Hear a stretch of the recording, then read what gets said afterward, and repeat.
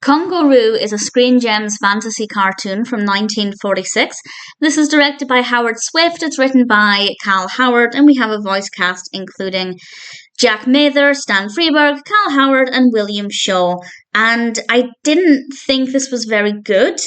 It's kind of boring, a little bit awkward, could have been worse, but that's not really saying much. This is about a character called Fuzzy Wuzzy, who is an Aboriginal Australian, and he's riding an ostrich trying to capture kangaroos, and he's throwing his boomerang and trying to capture the kangaroo, and then he has a lot of interaction with the kangaroo, which I did like. I did think that was a good decision.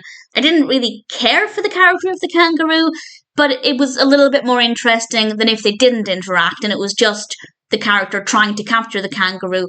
By giving them a bit of dialogue, it made it a little bit more interesting than it otherwise would have been. Honestly, though, not a lot happens, even with that in mind. So it's not exactly the most interesting, and I just didn't love where it went with the last kind of 30 seconds or so. It was just a little bit strange, the ending. The other issue with it, aside from being boring, is the depiction of the character of Fuzzy Wuzzy. He has very exaggerated features, and I think it definitely is just the design of the character that's maybe a little problematic. His actual behaviours, his mannerisms, they're not that bad. But that being said, I don't really know much about stereotyping of Aboriginal Australians. So maybe there are things in this that I'm not picking up on that actually are problematic.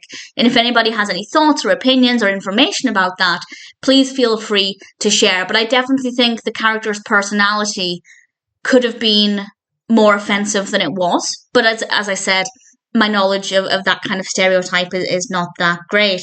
But the design of the character definitely had some exaggerated features where it really wouldn't have been necessary. So that wasn't that great. But then that coupled with the fact that it's really just kind of boring and not a lot happens. I just didn't think it was very good. I do like the animation of the kangaroo. As I said, I didn't really care for the character's personality or what he brought to it. The dialogue, yes, was okay, but the character itself, I just wasn't that bothered about. But I do like the design of the character. So there are some good things, there are some bad things.